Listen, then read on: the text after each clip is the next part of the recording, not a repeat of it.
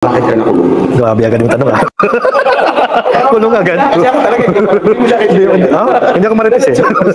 Ano ba? Okay, bismillahirrahmanirrahim. Alhamdulillahi rabbil alamin. Wassalatu wassalamu ala rasulillah wa ba'd. Assalamualaikum warahmatullahi wabarakatuh.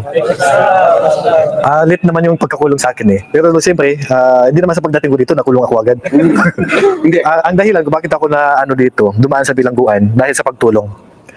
So dahil tumulong tayo sa isang kamag-anak, hindi ko pa alam yung tamang paraan ng pagtulong. So diretso kong tinulungan yung kamag-anak. Diyan banda sa sa Nasim. Ayan, so nakulong si Kabayan dahil sa pagtulong sa kanyang kamag-anak. So yun po yung mahirap dito sa bansa ng Middle East, na ikaw na yung tumulong, ikaw pa yung mapapahamak. So wala namang masamang tumulong, pero tandaan nyo po yung sitwasyon na tinutulungan nyo. Baka kasi isa ka sa mapapahamak din. So relate po ako dito kay Kabayan, isa din po ako muntikan na tumulong. Okay, so yun, panoorin po natin, no, doon sa mga baguhang OFW na mahilig talaga tumulong since nasa Pilipinas. Maging lesson po to sa inyo, maging aral po to sa inyo. Sige, pakinggan po natin yung kwento ng kababayan natin. So nandito kasama ko dati si Ustad Said, Allah yarhamu. Yung nanay ko nandito sa time na yon. So yung babae na kamag-anak namin, wala nang kandado yung pintuan. Walang kandado yung pintuan niya. Yung nagreklamo niya. Kumbaga, labas-masok yung mga anak ng amo niya na lalaki. Okay. Tapos hindi pinapakain. Nagkakasakit, hindi dinadala sa ospital. So kinausap ko yung Arabo. Okay. Sabi ko, Yung amo niya? Yung amo niya. Sabi ko, ba't mo ginaganyan? Sabi ko, yung katulong nyo. Hindi pa pumunta dito para gawin yan. Correct. So parang hindi nyo matanggap yun. Pero siyempre, siguro na nagsinungaling sa akin. Kaya so sige, ganito na lang. Hindi na siya kumakain. Pwedeng papuntahin nyo muna dyan sa inyo.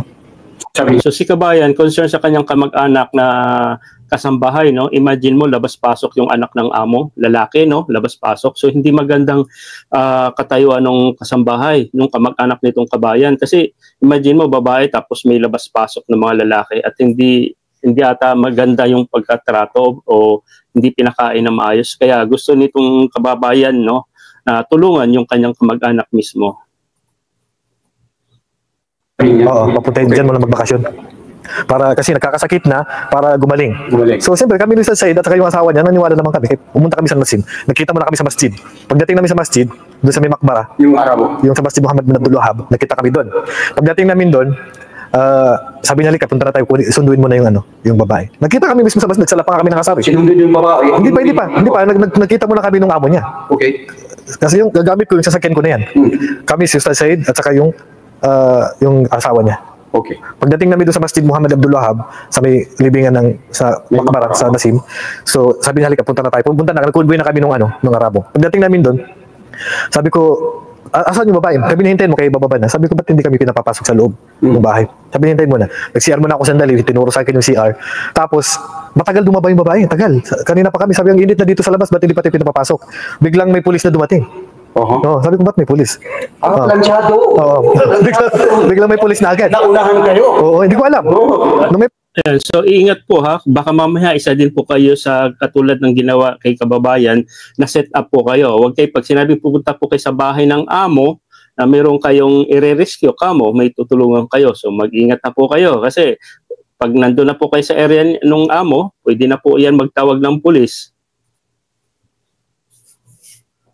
nung may pulis na, alam mo yung mga pulis, di ba? Mga Arabo, ang taala ay mi. Ibig sabihin ako bahala sa'yo. Pag dinuro ng Arabo yung mata nila, bawat isa yan, ibig sabihin yan, relax ka lang, ako bahala.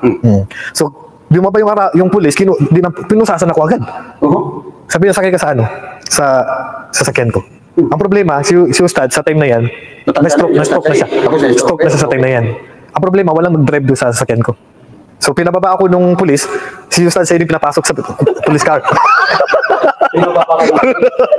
Sabi niya. Oo. So, ginawang garantor yung kasama niya. Matalino talaga yung mga pulis, no? Sigurista, baka daw tumakbo si Kabayan eh. siya yung pinapasok sa police car, ako yung pinag-drive para ma-drive ko yung sasakyan. Sasakyan lang? Oo, pero si Ustad, hindi siyang kulong. Ako yung kulong. Ako yung kulong ngayon kasi ako yung may atraso dun sa Arabo eh. Badalang. No, sabi niya, para may mag-drive sa sasakyan mo, kaya hindi naman makadrive si Ustad, stroke siya. Okay.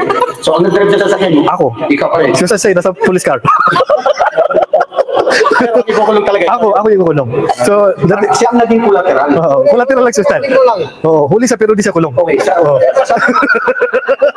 sabi mo sa bakit mo ako ikukulong?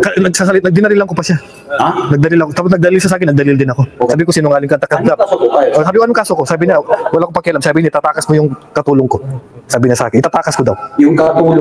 Yan, so yan po yung gusto ng amo, itatakas mo yung katulong. Yan po yung isa sa mga mabigat pong akusa sa atin na gusto mo lang tumulong. Kaya ingat mga idol. niya. Oo, Katulong ng isang araw.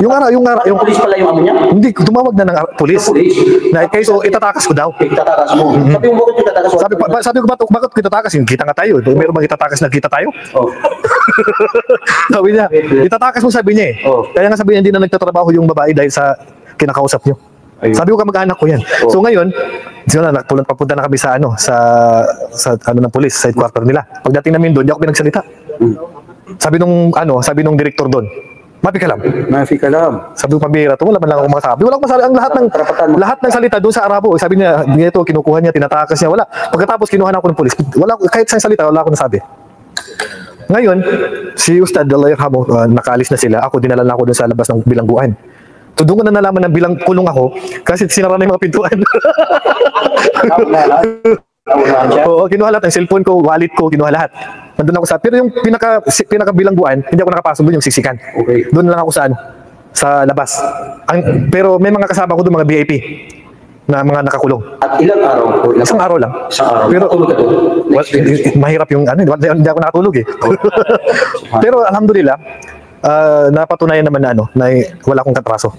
Kasi pagdating sa public prosecutor, hindi pa nagsulat pa lang ako ng Arabic, nalaman na agad yung dahilan bakit. Okay. Kaya ngayong arabon, galit na galit, isang araw pa lang nakalabas na ako. Sabi niya, ba't ka ba nakalabas? Sabi, Kung nasa tama ka naman talaga, hindi ka naman basta-basta ikukulong ng pangmatagalan. Okay, temporary lang ginawa kay Kabayan para imbestigahan kung talagang tama po yung reklamo ng Arabo, yung amo. Kasi kahit papano naman dito sa Saudi, batas ng Saudi, napaka-fair naman po talaga yan sila. Kahit po lokal yan, pagka mali po o hindi nagsisinungaling din sila, pwede rin po silang kasuhan ng batas din po nila. So dito naman kahit paano fair po yung batas ng kahit paano fair. Okay? So yun, sige pakinggan po natin. sabi niya, Hindi mo na itanong sa judge. wala rin, hindi ako nakadaan. Lahat ng kasama ko, may pusas. Hindi mo na ipinatagol sarili mo. Wala na, sulat na. Pwede mong sabihin, ikinulong ako na pinagbintangan na mali. Meron ba din Nandun na. tao na nag-akusa sa Kasi ang ginagawa kasi dito, pagdating mo sa police station, may sinusulat ka diyan eh. Kung hindi ka marunong mag-Arabic, may translator yan. Oh. Kung wala naman, Arabo yung Ano sinulat mo? So sinulat ko lahat yung detalye, paano nangyari. So may fingerprint ako doon. Pagdating sa prosecutor, hindi na ako na-interview. Lahat ng dinala sa bilangguan, nakasama ko sa kulungan, may pusas sa kamay at pa. Ako, ang pusas ko lang sa kamay lang. Ang pusas ko lang talaga sa kamay. Pero grabe ang trato ng pulis sa akin, kriminal talaga eh. Pati pag CR ko, saan ka punta? So magsi-CR lang ako, so parang tatakas na ako agad eh. Hindi mo nasabi na ako, ustad ako, tamo. Wala, pwede na, nagdawa ko doon. Ay, subhanallah, nagdawa ko doon. Ayun. Siguro yun ang dahilan bakit ako nakulong. Kasi may magmumuslim na isa doon. Masya Allah. Oo. May nakapagsahada doon sa loob. Oo. Dinawan ko yung isa doon sa loob ng bilangguan kasi nasa labas ako eh. Pero nakakulong din ako. Pero sila, doon sa pinaka-loob, yung siksikan nandun sila. So dinawan ko yung isa doon, nag-Muslim. Sabi ko sarili ko, baka itong dahilan, bakit ako pinakulong ng Allah? Kasi may magsasaada sa loob. Everything has a reason. Tama, oo. Okay, hanggang natin siya kasi. Ano ngayon ang aral sa nangyari sa'yo? Kailan ako Siyempre, ang aral, mag-ingat tayo sa pagtulong. Hindi basta-basta huwag ka tatakasakan ng tao. Sasabihin din yan sa mga maranaw na isa primikot yan sa kanya. Oo, tama. Ikaw na yung tumulong, ikaw na pangamak. Kaya mag-ingat kayo, may mga scammer na nagtutulong-tulong yung pala ay Papahuli ka pala. ikaw ang mapapahamak. Lahat tayo. Yan, so salamat Sir Ibrahim kasi sa iyong video. Napakalaking tulong po to lalo na sa mga kapwa ko ring OFW dito sa bansang Saudi Arabia. So marami po talaga, ugali na po talaga ng mga Kristiyano, mga Katoliko na tumulong sa kapwa nila. Lalo na pagdating po dito sa ibang bansa. Pag nagkikita-kita po tayo, imagine mo, nagkakabatian tayo ng kabayan, kumusta, di ba? So, willing po tayong tumulong, lalo na kung may sasakyan. So, minsan nga, nakikita ko sa kalsada, naghihintay ng taxi, gusto ko silang tulungan, ihahatid ko para makalibre ng taxi. Iniisip ko, baka naman ako mapapahamak. Okay? So, yun nga lang yung problema natin dito. Okay? Nasa puso niyo kung tumulong sa kapwa. Okay? By the way, kahit sino naman ibang lahi, tumutulong din naman ako eh. Okay? Ang mahirap lang, katulad ko lalaki, tumutulong ka sa mga babae. Okay? Kumbaga, buong puso mo, ang tawag nun, yung talagang tulong naman talaga yung gusto mo. Pero dito nga sa batas sa Saudi, may kaakibat na parusa pag talagang nilabag mo yung batas nila kahit tumulong ka pa ng tama. Okay? So, ingat lang guys, no? Ingat lang sa mga kapwa kong OFW sa pagtulong sa kapwa. Okay? So, lagi po tayong isipin po natin din yung sarili po natin.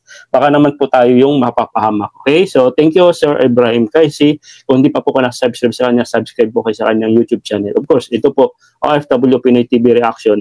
Okay, so sa sunod na video, gagawa pa po tayo ng ganito para mas lalong matutunan pa po. No, marami pang matutunan yung mga kapwa nating OFW. Okay, share this video. God bless and bye-bye.